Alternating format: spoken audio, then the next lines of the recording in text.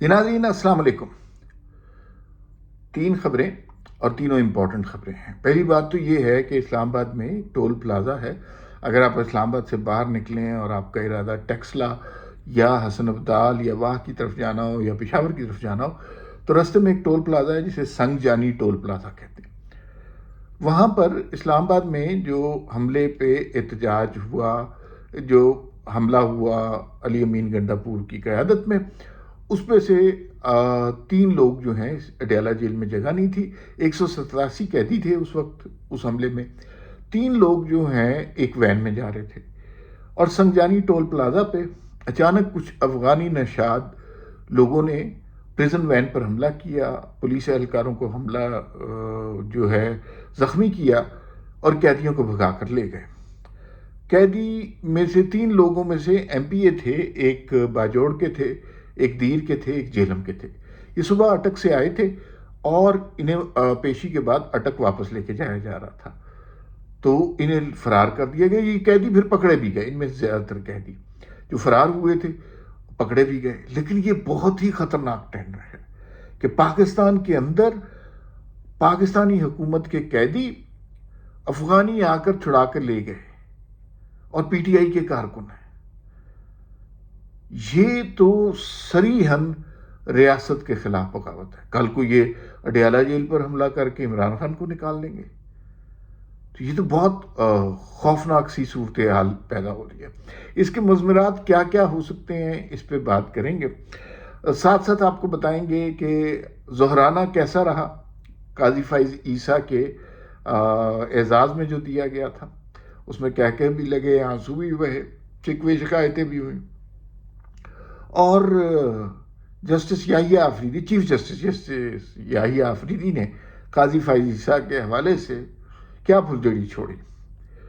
ساتھ ہی ہم بات کریں گے منصور علی شاہ صاحب جسٹس، انہوں نے ایک اور لیٹر لکھا ہے اور اس کے اندر بڑے گلے شکوے کیے ہیں قاضی فائز عیسیٰ سے، بڑے الزامات بھی لگائے ہیں، بہتان بھی لگائے ہیں، تو ان 3 چیزوں پر ہم بات کریں گے۔ سب سے پہلے ہم بات کر لیتے ہیں جناب قاضی فائز عیسیٰ کے ظہرانے سے بات کر لیں، لیکن اس سے پہلے بہت ضروری ہے کہ آپ چینل سبسکرائب کریں اور بیل آئیکن کو پریس کر لیں۔ یقین مانیے اس میں آپ کا فائدہ ہے، آپ کو ہی سب سے پہلے ویڈیو ملے گی، پھر آپ ڈھونڈتے رہتے ہیں ادھر ادھر سے تو پھر نہیں ملتی، تو لہٰذا ضروری ہے کہ ابھی سبسکرائب کا بٹن دبائیں اور بیل آئیکن والا بٹن دبا دیں۔ اچھا جناب، اب صورتحال یہ ہے کہ معاملات یہاں تک پہنچ گئے ہیں کہ قاضی فائز عیسیٰ کا ظہرانہ ہوا۔ یحییٰ آفریدی صاحب بالکل واقف ہیں کہ اس وقت سوشل میڈیا پہ کیا ہو رہا ہے، بولتے وہ نہیں ہیں لیکن انہوں نے اس وقت اظہار کیا کہ مجھے پتہ ہے صحافی کیا بات کر رہے ہیں، میں چیف جسٹس آف پاکستان خود کہہ رہا ہوں کہ یہ ہم نے مل کے پیسے جمع کر کے یہ ظہرانہ کیا ہے اور سب نے پیسے دیے ہیں۔ تو جناب یہ تو وہ جو ایک کیمپین تھی کہ قاضی فائز عیسیٰ کے الوداعی ڈنر پہ اتنے پیسے لگ گئے، اور آپ کو پتہ ہے وہ گلزار صاحب کے بھی اتنے پیسے لگے، ثاقب نثار کے بھی اتنے پیسے لگے، کوئی شور نہیں مچا۔ لیکن چونکہ قاضی فائز عیسیٰ سے بغض ہے ایسے تمام لوگوں کو کہ جو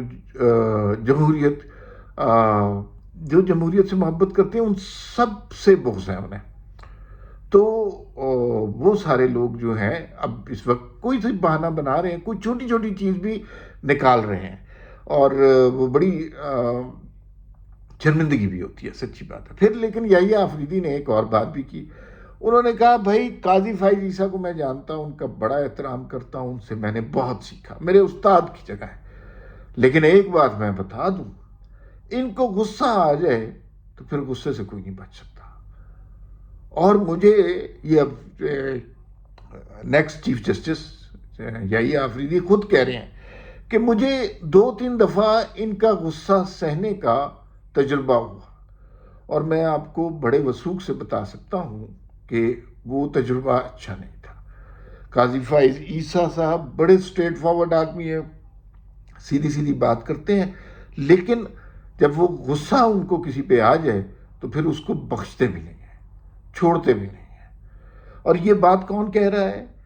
ایک آنے والا چیف جسٹس جو کہہ رہے ہیں کہ مجھے 2-4 دفعہ تجربہ ہو چکا ہے۔ تو جن لوگوں نے آج قاضی صاحب کو ستایا ہے، قاضی صاحب جو ہے نا وہ نام یاد رکھتے ہیں ان کے، تو وہ جو ہے بالکل کلیئر کر لیں گے ان کے ساتھ معاملات، مجھے بڑا یقین ہے۔ لیکن جسٹس منصور علی شاہ نے آخری دن ایک خط لکھا۔ اچھا جی، قاضی صاحب اور جسٹس منصور علی شاہ کو 15-20 سال سے ایک دوسرے کو جانتے ہیں، فیملیز جانتی ہیں، احترام کرتے ہیں ایک دوسرے کا۔ ایک آدمی سے چلیں آپ کا اختلاف بھی تھا، آپ آخری دن وہ جا رہا ہے، وہ آپ کا باس رہا ہوا ہے، تو جب تک باس رہا تب تک آپ اس کو سلوٹ مارتے رہے، اور باس نہیں رہا تو آپ اس کی شکایتیں لگانے لگے۔ یہ کمینگی ہے، چھوٹا پن ہے، یہ بڑی گھٹیا سی بات کی ہے۔ آخری دن آدمی اچھے طریقے سے خدا حافظ کہتا ہے کہ جو کہا سنا معاف، لیکن نہیں، انہوں نے کہا قاضی فائز عیسیٰ نے اپنے فیصلوں میں اوور سٹیپنگ کی ہے۔ قطعاً ذکر نہیں کیا کہ 8 ججوں کا جو فیصلہ جس طرح کی وہ اس آئین کو اوور ری رائٹ کرنے کی کوشش کی گئی، اس کے حوالے سے بالکل بات نہیں رہی، اس کے حوالے سے بالکل خاموشی ہے۔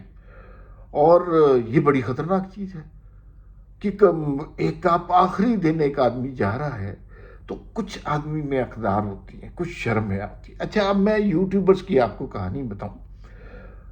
چھوٹے ذہن کے لوگ نا چھوٹی باتیں سوچتے ہیں، آئیڈیاز پر بات نہیں کرتے، انسانی جبلت کی کمزوری پر بات کرتے ہیں۔ بات یوٹیوب پہ کیا ہو رہی ہے کہ قاضی فائز عیسیٰ کے ریفرنس میں 5 ججوں نے شرکت نہیں کی، لہذا قاضی کی کوئی عزت نہیں ہے۔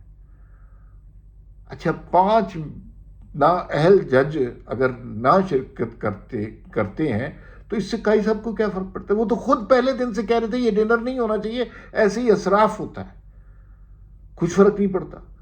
لیکن چونکہ یوٹیوبرز کی چاندی لگی ہوئی ہے، لہذا اس لیے یہ سب کچھ کیا گیا۔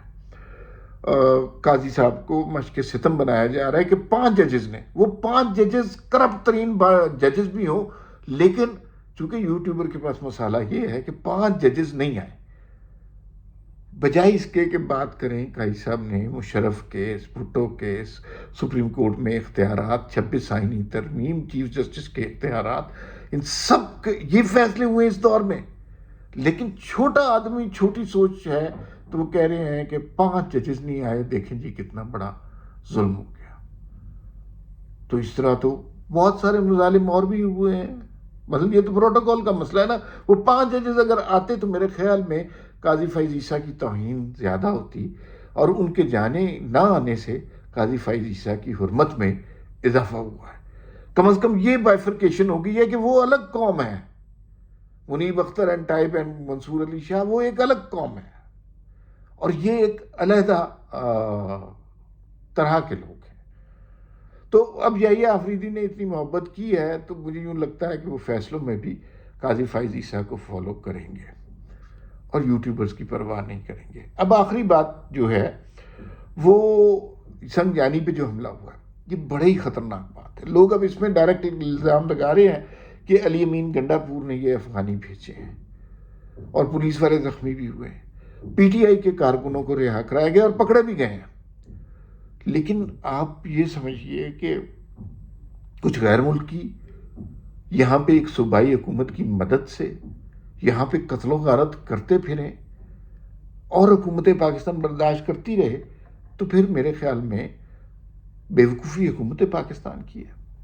اب وقت آ گیا ہے کہ کے پی گورنمنٹ کو سنبھال لینا چاہیے، گورنر راگ جگانا ہے، آپریشن کرنا ہے، جو مرضی کریں، لیکن اب بات اگر یہاں پہ نہیں رکے گی نا تو اس سے بڑی بات ہوگی۔ پھر 500 کا مسلح جتھا آئے گا، وہ کوئی ٹول پلازا فتح کر لے گا اور اس پر اپنا افغانستان کا جھنڈا لگا جائے گا۔